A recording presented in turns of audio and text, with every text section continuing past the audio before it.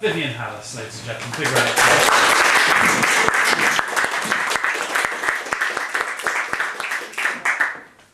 Hi everyone. Regular sounds a bit dodgy, doesn't it? As if I can't get enough of it all. But I think this is a worthy occasion, and it is, as Martin says, the nearest that we can get to my mum's centenary, which will be on the 12th, and Martin is going to put up his film that you're going to see in a minute on YouTube, and a few other bits and bobs. Also, on her birthday, if you go along to Canary Wharf, the screen there is going to be showing some of her films on a sort of continuous loop, so people will be getting a modern guide to health while in the underground. And there are all kinds of other things that are going to happen later on in the year. But right now, I think it's very nice to show the film that we've done introducing Joy for people who didn't know her. There are a few people here that did know her. My friend Carolyn, who I was at school with, who knew her very well. Stan, who used to dance with her, and just told me she was a great dancer. And no, Tom didn't know her. So there's just 3 of us left. And she was a really fascinating, interesting lady with a very naughty side to her, very subversive. In the end, it sort of tripped her up, which is sad. But on the whole, she was somebody who really enjoyed a challenge. She was bitten by the animation bug quite early on. She wanted to go to the Slade. In fact, she got a place at the Slade. She couldn't go because she had to earn a living.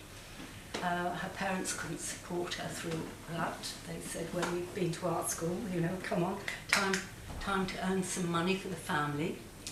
The story, in fact, is all in this book. I urge you, if not to buy now, but at another time. It's her story, and there's some very nice essays by people like Claire Kitson and Brian Sibley, Jez Stewart. Jez is, some of you, he did a very good talk on George Dunning a few months ago, which is on the YouTube channel, so he's a friend of Animation Club as well. He's the curator for animation and non-fiction at the BFI, so he knows a lot about it. Paul Wells, who we know, and a few other people, Jim Walker.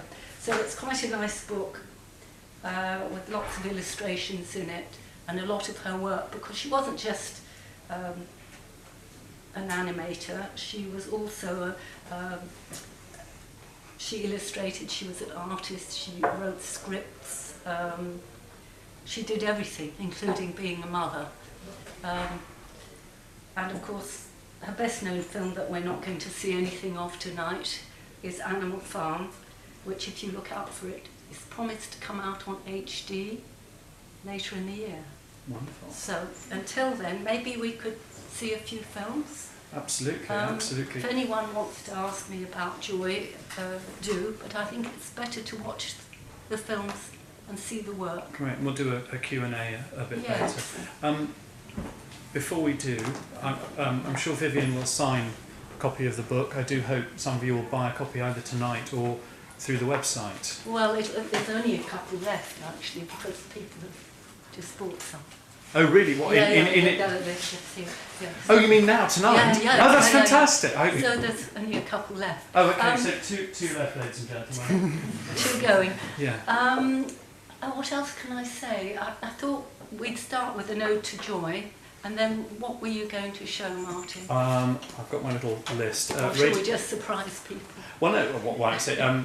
Radio Ructions. Ah, now that's a good one. That was made for, well, you'll see. It's there's one called Train Trouble, which was originally, I think, about 6 minutes long. It's for Kellogg's Cornflakes. And this one was found by a collector who sent me a really scrabby little film thing, because he didn't want to part with the actual film, and I persuaded him to send me the can, and I got it transferred. So I don't think anyone's seen it. It wasn't shown at the Barbican or anywhere. So we have an exclusive tonight. So this is a first since it was made.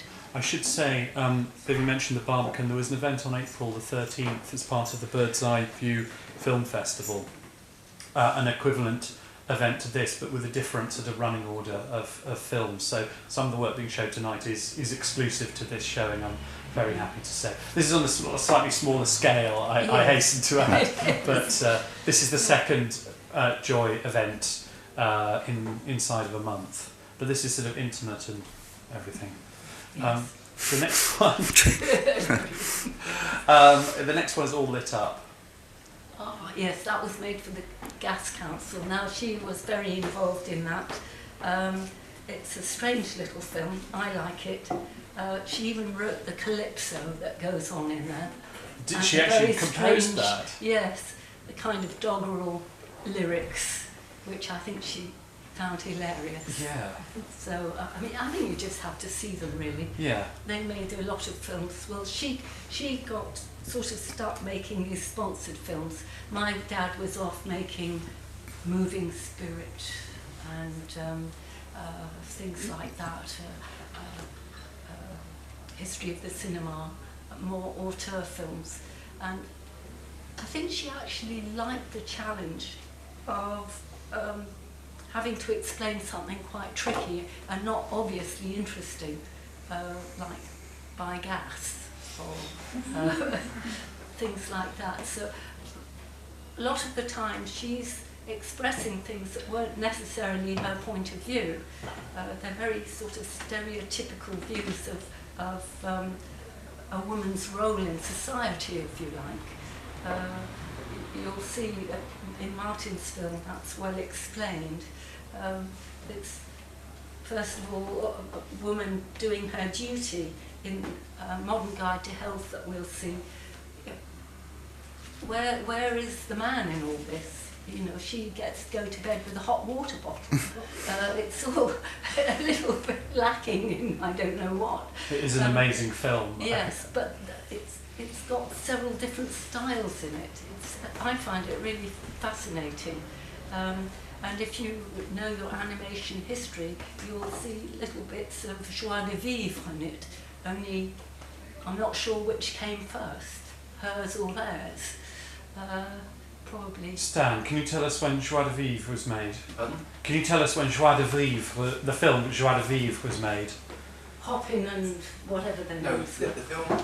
Joie de Vivre. You know, the Hoppin and Hector Hoppin and whatever it is, and it's a film for electricity, and there's girls dancing through telegraph wires. I don't know. No. Well, I'm totally deaf, by the way, in case anybody speaks to me. Oh, right, okay. We won't bother. Anyway, so if nobody's heard of it, then you won't get the reference. So there's nothing I can do about that. What else can I say about these things? I think the best thing is to look at them and then talk about it later. Okay. Yeah. Is Mr. Thurm in the Gas Council He one? is. Ah, how The lovely. housewife does a nice little curtsy. Oh, how with sweet. Mr. Thurm. I haven't Yes. seen him for years. No, well, he's in there. And yes, so that's one for gas. And then there's Your Very Good Health to close this section of Charlie film. Oh yes, well that's slightly earlier. Yeah. They zip about in time. That again is selling things for social security, Yeah. not necessarily a first degree fascinating subject, but it's got nostalgic charm, I think. Yes. And also what you'll see is that there's the woman who's sort of the drudge, if you like, and suddenly along comes technology, and technology is going to save the world. And I don't know if we've showed it here, I think before, when you get to Automania 2000, of course they're saying the opposite, which is that I don't think so. You know, technology is not going to save the world. In fact, it's another problem. Yeah. They are fascinating historical documents, and I think they're marvellous. Her versatility in solving the problem of getting the difficult message across in a way that's very engaging. I'd also like to say that Tom did the sound mix on Ode to Joy, and Tanara did the original music for Ode to Joy. So it's nice that they're both here to see the London Animation Club premiere of Ode to Joy. So, well, a round of applause for Vivien, and we'll bring her back in a bit.